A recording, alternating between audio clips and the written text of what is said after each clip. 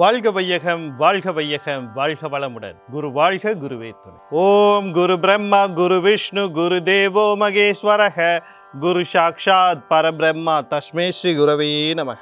உலகமெங்கும் உள்ள ஆதவன் தொலைக்காட்சி நேர்களே, ராசி பல நிகழ்ச்சியினூடாக உங்களை சந்திப்பதில் பெருமகிழ்ச்சி அடைகிறேன். இன்றைய நாளில் மன நிம்மதி, மன நிறைவு, மனமகிழ்ச்சி பெருகட்டும். வாழ்க்கை பயணங்களில் உயர்வு கிடைக்கட்டும். லட்சிய பாதைகளில் வெற்றி கிடைக்கட்டும். அதற்கு எல்லாம் வல்ல அந்த இறைவனும் குருவும் உங்களுக்கு துணை நிற்கட்டும். முதல்ல இன்றைய நாளுக்கான பஞ்சாங்க விவரங்களை பார்ப்போம். திருக்கணிதம் அடிப்படையிலான பஞ்சாங்க விவரம். ஸ்ரீ பராபவ வருடம் ஆவணி மாதம் 11ஆம் நாள் வெள்ளிக்கிழமை, ஆங்கிலத்தில் 28/8/2026 காலையில் 9:49 வரைக்கும் பௌர்ணமி திதியும் அதற்கு பிறகு பிரதமை திருதியும் காணப்படுது. நாள் முழுவதும் சதய நட்சத்திரம் காணப்படுது. காலையில் 7:41 வரைக்கும் அதிகண்ட நாமயோகமும் அதற்கு பிறகு சுகர்ம நாமயோகமும் காணப்படுது. காலையில் 9:49 வரைக்கும் பவக்கரணமும் அதற்கு பிறகு மாலையில் 5:56 வரைக்கும் பாலவக்கரணமும் அதன் பிறகு கௌளவக்கரணமும் காணப்படுது. இன்றைய நாளுக்கான அமிர்தாதி யோகத்தை பார்த்தோம்னா காலையில் 11:54 வரைக்கும் சித்த யோகமும் அதற்கு பிறகு அமிர்த யோகமும் காணப்படுது. இன்றைய நாளுக்கான சூலத்தை பார்த்தோம்னா மேற்கு திசையில் இருக்குது. அதுக்கான பரிகாரம் வெள்ளமாகும்.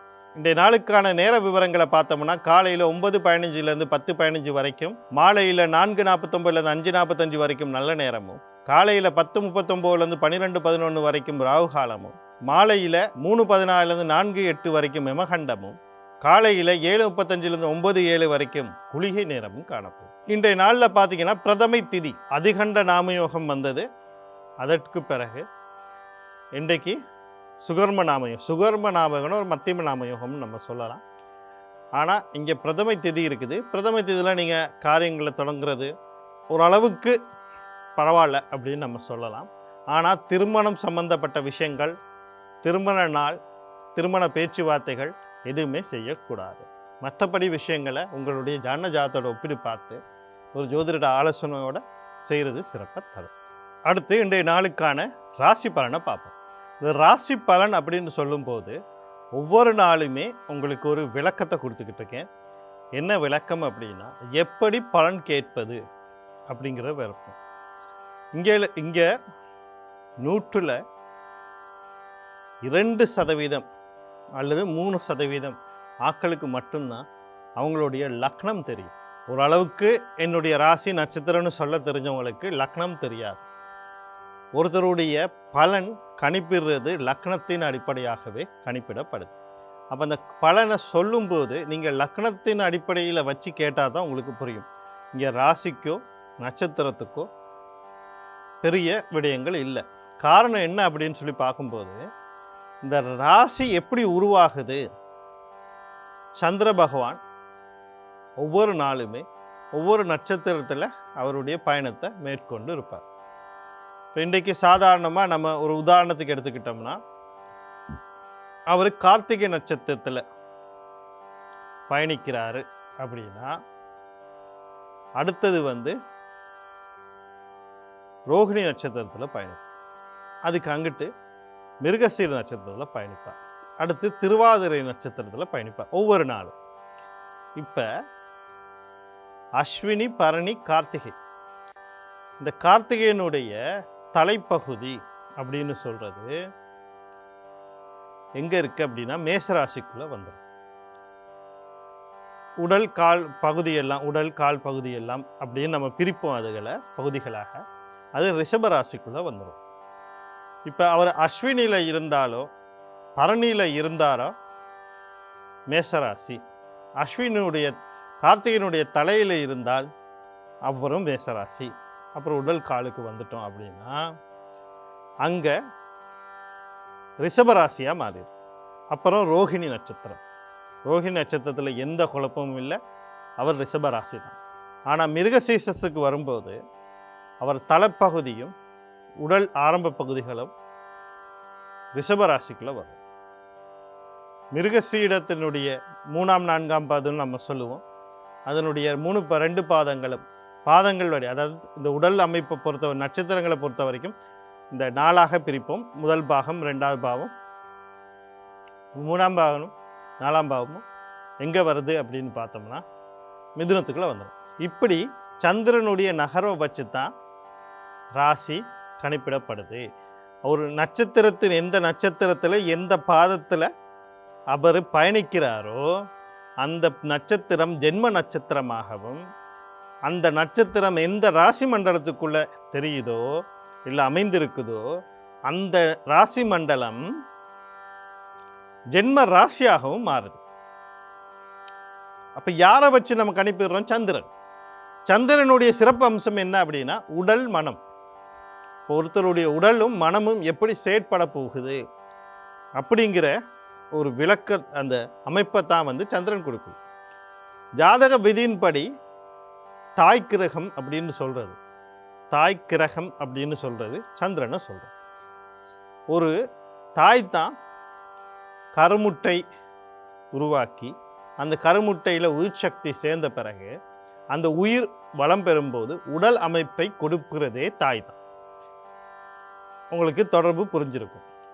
அப்போ உயிர் சக்தி தான் இங்கே கருமுட்டையில் உயிர் சக்தி சேர்ந்தா தான் உயிர் தளிக்கும், அந்த கரு உருவாகும். அப்போ அந்த உயிர் சக்தி எங்கே இருக்குது? தந்தைக்கிட்ட இருக்குது. இங்கே ஜோதிட விதியின்படி தந்தை கிரகம் அல்லது தந்தை அப்படின்னு சொல்கிறது சூரியன். சூரியனுடைய நகர்வு மாதத்திற்கு ஒரு ராசியில் இருக்கும். ஆங்கில மாதத்துக்கல்ல, தமிழ் மாதத்துக்கு. அவர் சித்திரை பிறக்கும்போது மேஷ ராசியிலும், வைகாசி அப்படின்னு சொல்லும்போது ரிஷபராசிலையும், இப்படி அவருடைய ஒவ்வொரு மாதத்திற்கும் அவருடைய பயணத்தை மாற்றிக்கிட்டே வருவார். அப்போ அதாவது அந்த ராசின்னு ஒரு நாளைக்கு அவருடைய பயணம், அதாவது ஒளிக்கீட்டுகள் இந்த ராசி மண்டலத்தில் படுற நிலையை பொறுத்து உலகம் சுழன்று கொண்டு இருக்கிறது. பலனும் பொறுத்து எந்த ராசி மண்டலத்தின் ஊடாக அவருடைய ஒளிக்கதிர்கள் நம்மளுக்கு கிடைக்குதோ அது லக்னமாக மாறும். அது தோராயமாக 2 மணித்தியாலத்துக்கு ஒருக்கா மாறும் அப்படின்னு நம்ம சொல்லலாம். ஆனால் அதுக்கும் ஒரு சிறப்பான கணக்குகள் இருக்குது, தோராயமாக புரிஞ்சுக்கொள்ளும். இப்போ காலையில் சூரிய உதயத்தில் இருந்து ஒரு 2 மணித்தியாலங்க எடுத்துக்கொள்வோம். சூரிய உதயம் ஒரு 6:05 வச்சுக்கிட்டா 8:05 வரைக்கும் சூரியன் முதல் ராசியாக, இப்போ ஒரு சித்திரை மாதத்தில் பிறக்கிற ஒருத்தராக இருந்தால் அவர் மேச ராசியில் மேச லக்னமாக பிறப்பார். அதாவது 6:05 8:05 8:05 பிறகு பார்த்தீங்கன்னா அவர் ரிஷப லக்னமாக மாறிடுறார். இப்படி தான் லக்னம் உருவாது. லக்னம் தான் உயிர். அப்போ லக்னம் தான் உங்களுடைய தனிப்பட்ட உங்களுக்குரிய அடையாளம். அப்போ நீங்கள் என்ன செய்யணும் அப்படின்னா, நம்ம ராசின்னு பொது பேரை சொல்லும்போது உங்களுடைய லக்னம் என்னன்னு தெரிஞ்சுக்கிட்டு லக்னத்தினுடைய பலனை கேட்கணும். இந்த லக்னம் என்ன அப்படின்னா எப்படி அதை கண்டுபிடிக்கிறது? இப்போ நான் மேச ராசிக்காரர்களே அப்படின்னு சொல்லும்போது மேச லக்னக்காரர்கள் அதை கொஞ்சம் அவதானமாக கதைக்கணும். மிதுன ராசிக்காரர்களே அப்படின்னு நான் சொல்லும்போது மிதுன லக்னக்காரர்கள் அதை கொஞ்சம் கவனிக்கணும். கன்னி ராசிக்காரர்களே அவங்களுக்கு பலன் அப்படின்னு நான் சொல்லும்போது கன்னி லக்னக்காரர்கள் அதை கொஞ்சம் கவனிக்கணும். ராசியை பார்க்கக்கூடாது, தெரிஞ்சு வச்சுக்கொள்ளுங்க. ஏன்னா மனம் சம்பந்தமான சில குழப்பங்களை கொடுக்கும், உடல் சம்பந்தமான குழப்பங்களை கொடுக்கும். ஏதாவது கொடுக்குதா அப்படின்னா அதை தெரிஞ்சு வச்சுக்கூட தப்பில்லை. ஆனால் முக்கியமாக பார்க்க வேண்டியது லக்னம். அப்போ அந்த லக்னம் தான் முக்கியம். சரி, லக்னம் உங்களுக்கு தெரியாது, என்ன செய்யணும்? உங்கள் ராசி உங்களுடைய ஜாதகத்தை எடுங்க. அதில் ராசி கட்டத்தில் ஒரு இடத்துல லானா அல்லது ஒரு கோடு அல்லது 1ன்னு எழுதியிருப்பாங்க. அது உங்களோட லக்னம். அதில் பார்க்க தெரியல, விபரங்கள்னு ஒன்று இருக்கும். ஜென்ம ராசி, ஜென்ம நட்சத்திரம், ஜென்ம லக்னம், என்ன திதி, என்ன பிறை, என்ன யோகம், என்ன கரணம், என்ன நாளில் பிறந்திருக்கீங்க, இவ்வளத்தையும் கட்டாயம் முக்கிய விவரங்களை கொடுத்துருப்பாங்க. அப்படியும் தெரியலைன்னா ஒரு ஜோதிடர்கிட்ட போங்க, என் ஜாதகத்தை கொஞ்சம் கணிச்சு சொல்லுங்கன்னா அவர் சொல்லுவார். அப்போ லக்னத்தை எல்லாம் கேட்டுக்கிட்டு தெளிவாக வந்துருக்கும். அப்போ லக்ன பலனை தான் எடுத்துக்கிட்டுறது நன்மையை தரும். அடுத்து நம்ம ராசி பலனுக்குள்ளே போயிடும். முதல்ல மேசராசி அன்பர்கள், இன்றைய நாள் உங்களுக்கு எப்படி இருக்குது அப்படின்னு சொல்லி பார்த்தோம்னா, நீங்கள் கவனம் செலுத்த வேண்டிய விடயங்கள் அப்படின்னு சொல்லும்போது, தந்தை வழி உறவுகள், தந்தை சார்ந்த விஷயத்தில் அவசரப்பட்டு எந்த முடிவும் எடுத்துடக்கூடாது, கொஞ்சம் கவனமாக இருக்கணும். அடுத்து உயர்கல்வி சார்ந்த விஷயத்தில் அவசரப்பட்டு எந்த முடிவும் எடுத்துக்கூடாது. வாழ்க்கை சார்ந்து வாழ்க்கையை அடுத்த நிலைக்கு கொண்டு போகக்கூடிய தொழிலாக இருக்கலாம், வியாபாரமாக இருக்கலாம், கல்வியாக இருக்கலாம், குடும்ப வாழ்க்கையாக இருக்கலாம், ஒரு இடமிட்டும் இடம் மாறதாக இருக்கலாம், வீடு மாற்றங்களாக இருக்கலாம். எதாக இருந்தாலும் அவசரப்பட்டு எந்த முடிவும் இருக்கக்கூடாது. பொறுமை பொறுமை நிதானம். இன்றைய நாளில் வரக்கூடிய சகல விஷயத்தை நன்மையாக மாற்றியமைத்துக்கொள்ள நீங்கள் சூரிய பகவான் குலதெய்வம் கர்ணனான யோகாதிபதி வழிபாடு செய்து கொள்ளுங்க. இன்றைய நாள் உங்களுக்கும் இம்மானாக அமையும். அடுத்து ரிஷபராசி நேர்களே, இன்றைய நாள் உங்களுக்கு எப்படி இருக்குது அப்படின்னு சொல்லி பார்த்தோம்னா, நீங்கள் கவனம் செலுத்த வேண்டிய விடயங்கள் அப்படின்னு சொல்லும்போது முக்கியமாக தாய் வழி உறவுகள், தாய் சார்ந்த விஷயத்தில் கவனமாக இருக்கணும். அதே மாதிரி வீடு காணி வாகனம் சொத்து சம்மந்தப்பட்ட விஷயத்தில் அவசரப்பட்டு எந்த முடிவும் எடுக்கக்கூடாது. வாங்குறது விற்கிறது அடகு வைக்கிறது. அடுத்து கணவன் மனைவி இடையிலே கருத்து வேறுபாடுகள் முரண்பாடுகள் வரும். அது கடந்து போகிற பாருங்க, பேசி பேசி பெருசாக்காதீங்க. பாடசாலை கல்வி கற்கிற மாணவர்கள் கல்வியில் கொஞ்சம் கவனம் செலுத்தினா நல்லாயிருக்கும். அடுத்தது மனசஞ்சலங்கள் மனக்குழப்பங்கள் மனவேதனைகள் ஏற்படுறதுக்கான வாய்ப்பு இருக்குது. அந்த விஷயத்துலையும் கொஞ்சம் கவனமாக இருக்குது. இன்றைய நாளில் வரக்கூடிய சகல விஷயத்தை நன்மையாக மாற்றி அமைத்துக்கொள்ள நீங்கள் பெண் தெய்வம்னு சொல்லக்கூடிய துர்க்கை, மாரியம்மன், கருமாரியம்மன், முத்துமாரியம்மன், அம்பாள், குலதெய்வம், கர்ணனான யோகாதிபதி வழிபாடுகளை செய்து கொள்வது நன்மையை தரும். அதே நேரத்தில் ஆதிபராசக்தி கவச பாராயணம் அல்லது பாந்த கேட்குறது நன்மை. அடுத்து மிதுன ராசி நேர்களே, இன்றைய நாள் உங்களுக்கு எப்படி இருக்குது அப்படின்னு சொல்லி பார்த்தீங்கன்னா, நீங்கள் கவனம் செலுத்த வேண்டிய விஷயங்கள் அப்படின்னு சொல்லும்போது முக்கியமாக திருமணம் வாழ்க்கை சம்மந்தப்பட்டு எந்த முடிவும் எடுக்கக்கூடாது. அது நிச்சயதார்த்தமாக இருக்கலாம், வரன் தேர்றதாக இருக்கலாம், திருமணத்துக்கு பிறகு கணவன் மனைவி சம்மந்தப்பட்ட விஷயமா இருக்கலாம். கருத்து வேறுபாடு வரும் கணவன் மனைவிக்கு இடையிலே கடந்து போங்க, பேசி பேசி பெருசாக்காது. குழந்தைகள் விஷயத்தில் கொஞ்சம் கவனமாக இருக்கணும். குடும்ப உறுப்பினர்களோட உறவினர்களோட பேசும்போது விஷயங்களை சரியான முறையில் என்ன பேசுகிறீங்க, ஏது பேசுகிறீங்க, எப்படி பேசுகிறீங்கன்னு தெரிஞ்சு பேசுங்க. அதே மாதிரி நண்பர்களாக இருக்கலாம், கூட வேலை செய்கிறவங்க இருக்கலாம், பங்குதாரராக இருக்கலாம், யாராக இருந்தாலும் என்ன பேசுகிறோம் எப்படி பேசுகிறோம் தெளிவாக பேசி ஒரு தீர்மானத்தை எடுங்க.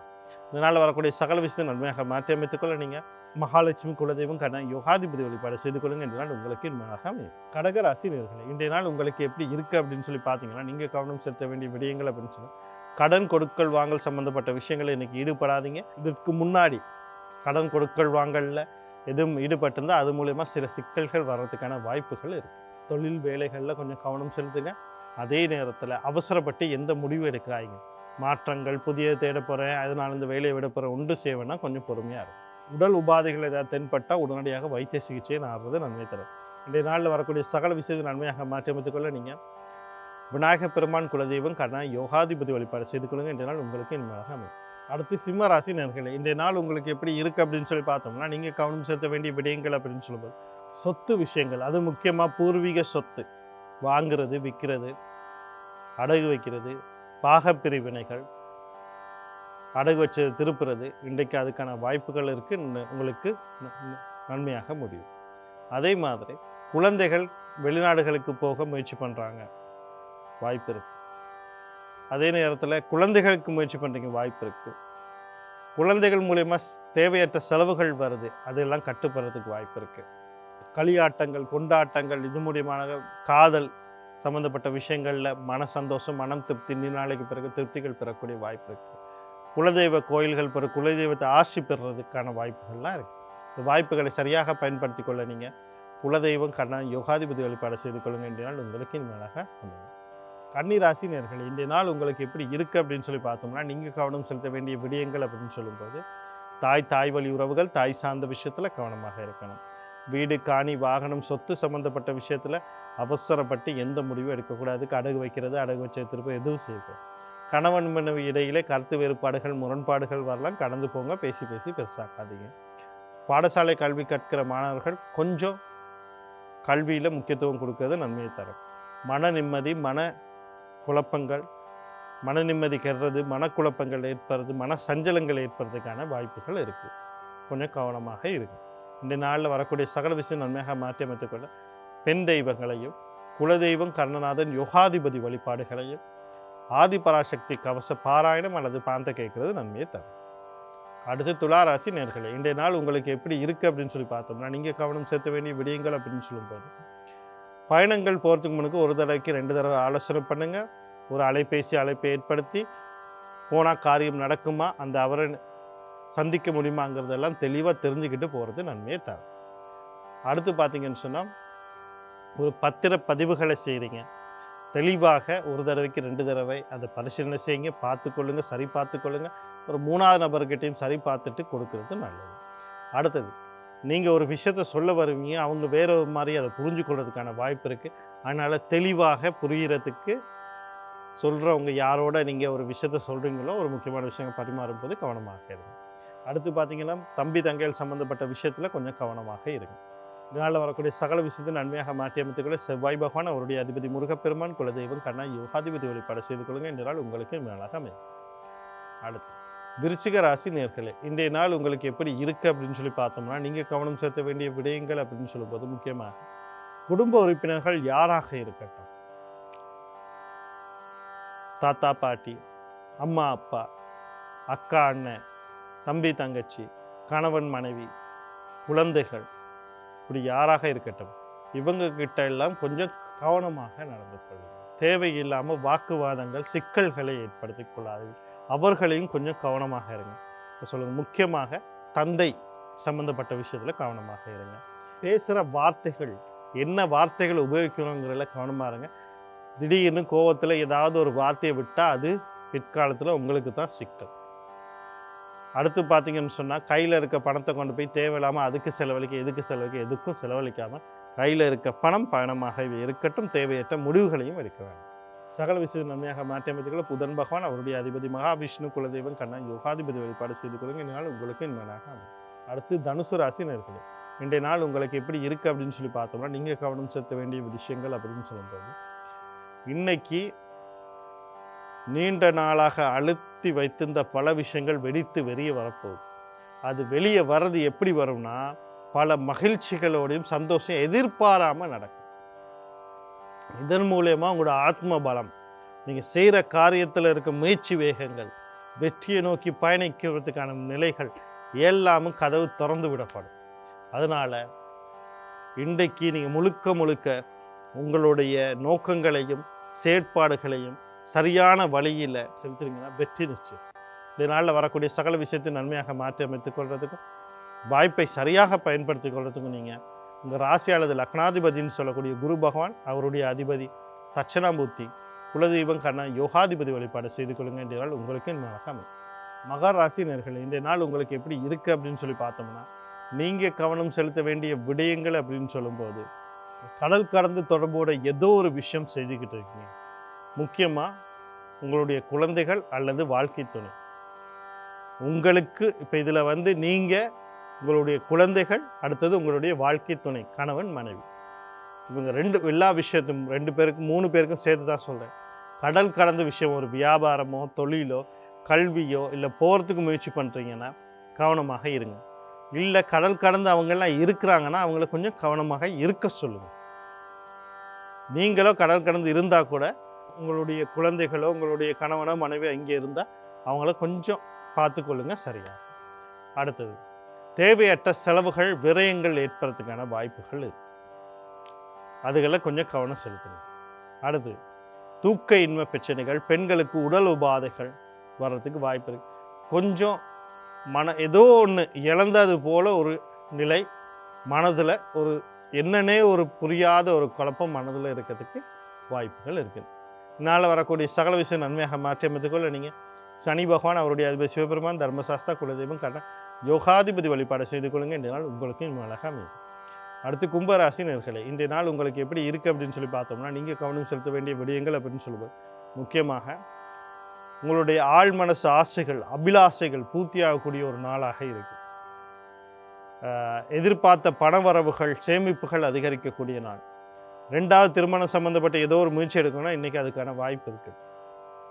அடுத்து பார்த்தீங்கன்னு சொன்னால், கொடுத்த கடன்கள் திருப்பி வர்றது, நோயில் அவதிப்பட்டுக்கிட்டு தேவையில்லாமல் உங்களுடைய பணங்கள் விரயமாயிருந்தா அதெல்லாம் கட்டுப்படுறதுக்கு வாய்ப்பு இருக்குது.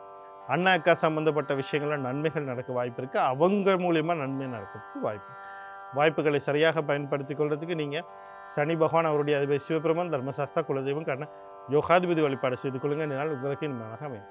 அடுத்து மீன ராசி நேர்களே, இன்றைய நாள் உங்களுக்கு எப்படி இருக்குது அப்படின்னு சொல்லி பார்த்தோம்னா, நீங்கள் கவனம் செலுத்த வேண்டிய விடயங்கள் அப்படின்னு சொல்லும்போது முக்கியமாக இப்போ நான் உங்களுக்கு சொல்கிறது, உங்களுடைய தந்தை, உங்களுடைய குழந்தை, அப்புறம் உங்களுக்கு 3 பேருக்கும் தொழில் சார்ந்த விஷயத்தில் கவனமாக இருங்க. வியாபாரம் சார்ந்த விஷயத்தில் கவனமாக இருங்க. கல்வி சார்ந்த விஷயத்தில் கவனமாக இருங்க. இந்த பரம்பரை சொத்துக்கள் அல்லது சொத்துக்களை வச்சுக்கிட்டு தொழில் வியாபாரங்கள் செய்ய நினச்சா கவனமாக இருங்க. குழந்தைகள் விஷயம் ஆல்ரெடி உங்களுக்கு குழந்தைன்னு சொல்லிட்டு ஆண் குழந்தை அவங்களோட வாழ்க்கை சம்மந்தப்பட்ட விஷயத்தில் கவனமாக இருங்க. இந்த காதல் களியாட்டம் கொண்டாட்டம் இந்த மாதிரி விஷயங்கள்லேருந்து கொஞ்சம் கவனமாக இருங்க. இதனால் வரக்கூடிய சகல விஷயம் நன்மையாக மாற்றி அமைத்துக்கொள்ள சனி பகவான் அவருடைய அதிபதி சிவபெருமான் தர்மசாஸ்தா குலதெய்வம் கண்ணா யோகாதிபதி வழிபாடு செய்து கொள்ளுங்கள். இதனால் உங்களுக்கு மேலாக அமையும்.